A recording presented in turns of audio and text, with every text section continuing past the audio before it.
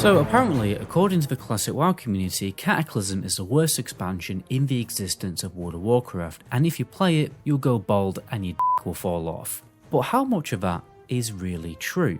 And how much of it is just the classic Andy mindset? You know, the kind of person who would prefer to play a class that has a one button rotation, and there's only like 2 or 3 viable DPS options. Well, over the past few weeks, I've really stuck my teeth into Cataclysm Classic. There's definitely some things I love, and other things that I absolutely despise. So grab a beer and let's get into it. We're going to cover these topics: endgame content, leveling content, character progression, class design, and lastly, some final thoughts.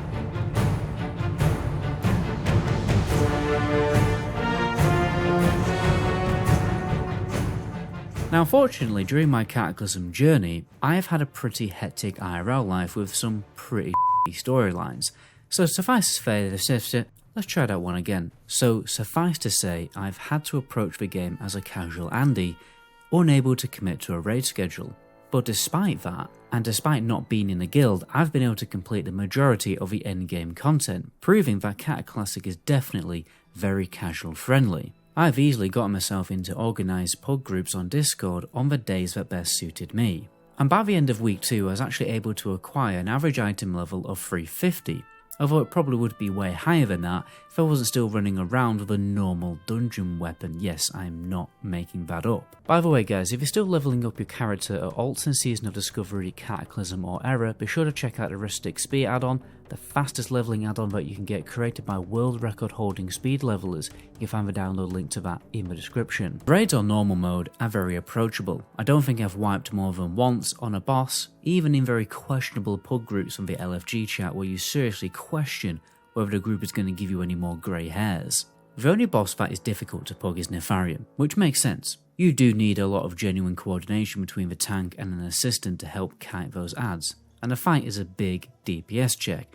But this is fine, it's the final boss of the phase, it shouldn't be an easy guaranteed kill and only a small challenge. Heroic mode, however, is not as approachable. You do not get guaranteed kills on heroic mode yet. You don't see many pugs attempting more than a couple of bosses on heroic mode. Still, only 160 guilds have completed all the content on heroic as I'm recording this video, and although Nefarian is probably the hardest boss here, it actually looks like Bastion of Twilight is giving groups more of a challenge than the Blackwing Descent bosses. I think the difficulty level of Cataclysm raids is finally where we get the perfect balance of casual friendly content and difficult content for the more hardcore players. Casual players are able to enjoy the endgame content playing on normal difficulty, and slowly eventually they'll start progressing through heroic when they get better gear from normal mode, and the hardcore players are able to enjoy more difficult content straight away. Whereas in the past, especially in vanilla and TBC, we had raid tiers that were too easy for hardcore players like Naxxramas and Wrath of the Lich King, or tiers too difficult for casual players like Sunwell in TBC. The normal and heroic difficulty divide creates a balance to please the varying skill levels of MMO players, and the raids themselves are top tier content, particularly on heroic mode, when the mechanics become a little bit more technical. It feels very satisfying to finally get a boss kill that you've been working on for a couple of hours. The variety of raid options also feels much better than just having to stay in the same raid for weeks on end. The TBC launch also did this, whereas in Wrath, we had to sit in a raid that we'd already done. Each raid is a very unique vibe and environment, and the best part about them is how they convey a splash of vanilla nostalgia, especially in Blackwing Descent. This generally feels like a continuous raid from Blackwing Lair. The entrance to the raid is even inside the original Nefarian boss room. You really can't fault the endgame content in Cataclysm, it's only an improved and more refined version of Wrath raiding. It's a shame so many classic players have been too stubborn to try it out, because it will probably be one of the best phases of this expansion.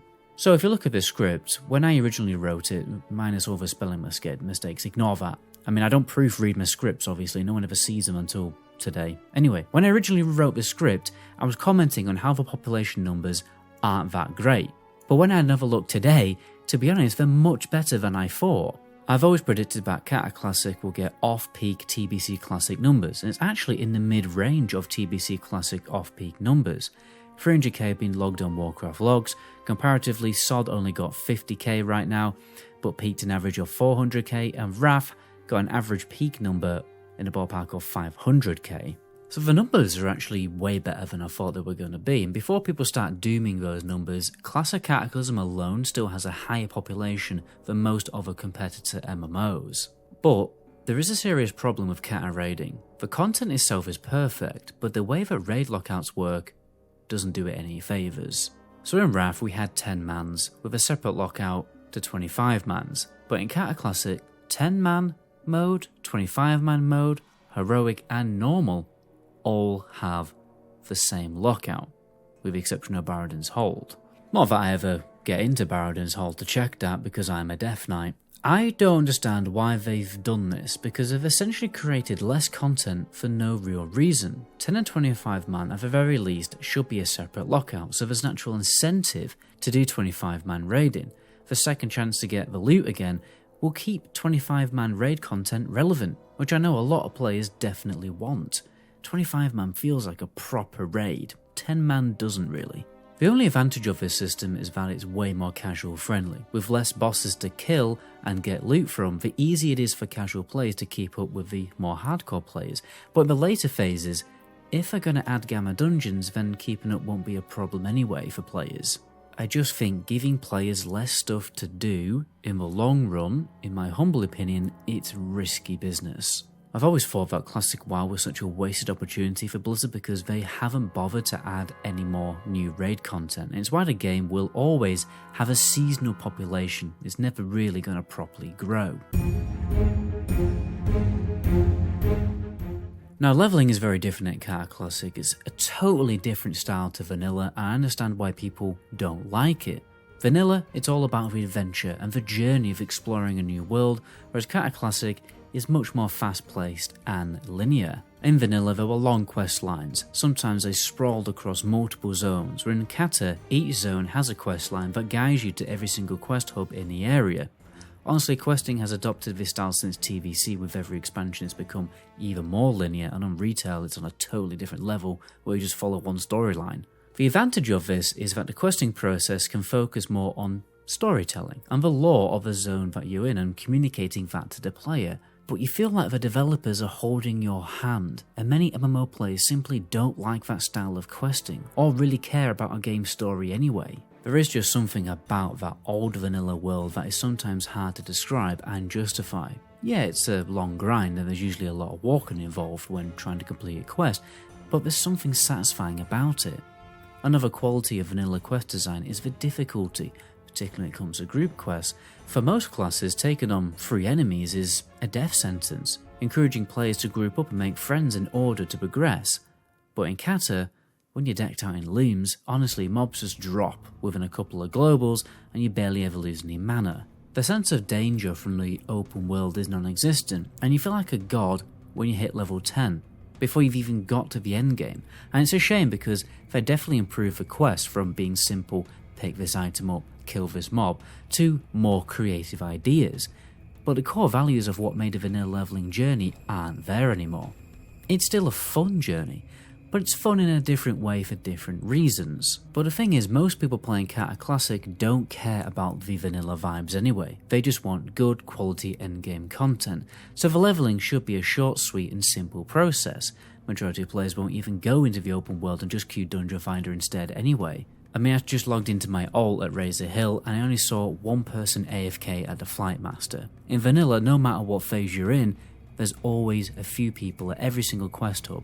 But to be fair, at least Razor Hill does now have some class trainers. That is a godsend. The Dungeon Finder was the ultimate open world killer. It's why I've never been a huge fan of it, but I'm going to keep my opinions about Dungeon Finder to myself before I get put on a stake.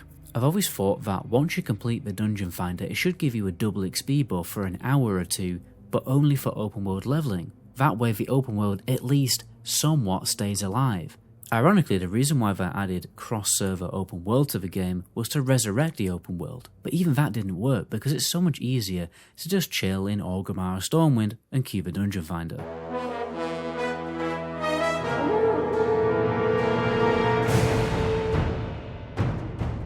Now, character progression is very important in an RPG, MMO or not, and developers have to make it interesting, satisfying, but not boring.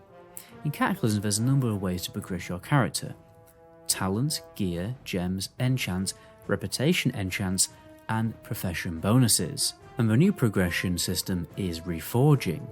Overall, your progression doesn't feel too grindy. The most grindy element is leveling up professions, which can sometimes be done very inexpensively, if not for free if you do it smartly. I'll actually have a video about that coming very soon.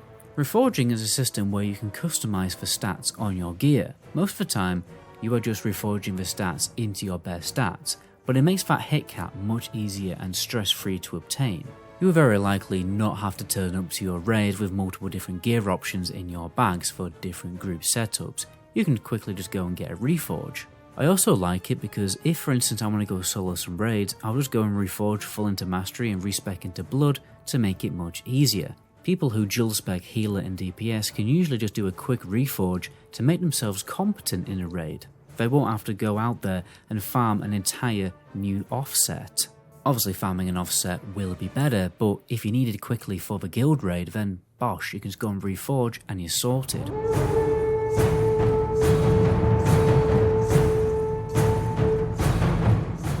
After trying a few classes in Cataclysm, it's obvious that Blizzard were trying their hardest to make every class feel exciting to play with their big cooldowns, rotations, and fun abilities. Everyone criticises the talent system for being stripped down, but it doesn't really feel that way because of all the extra glyphs they added, and so many classes got reworked to have new and interesting systems, like Paladin, Priest, Warlock, Hunter, Druid having their resources revamped with things like Holy Power, Shadow Orbs, and a balanced Druid Eclipse bar. Classes have much more nuance, a little technicality in order for you to master them. And I've personally always found this to be a little bit more engaging than spamming the same button over and over again like we did in Vanilla and TBC. But I do understand that some people do prefer simplicity. At the end of the day, I don't think Cataclysm Classics are that dramatically overcomplicated to the point where we couldn't call them simple. Yeah, some are more harder than others, but there's definitely quite a big part of them which are just very easy to pick up and get going. Realistically, Cataclassic isn't classic anymore, but there's nothing wrong with that. At the end of the day, it's Wrath the Lich King with dragons. If you enjoyed raiding in Wrath, then the Cata raiding experience isn't going to be that much different. You'll probably enjoy it. But it's important to understand that it's a different game now. Honestly, it's kind of futile to criticise Cataclysm on what it isn't. It's more productive to criticise it on what it is. Fortunately, it seems like Blizzard want to provide a continuing old-school MMO product to keep the classic Andes happy. They just kind of f***ed that one up with Season of Discovery. We'll talk about that in my next video, but it was an experiment, and at least Blizzard are doing something. At heart, Cataclysm is a fast-paced theme park MMO heavily focused on challenging endgame group content, and it certainly delivers that alongside great high fantasy vibes and lore.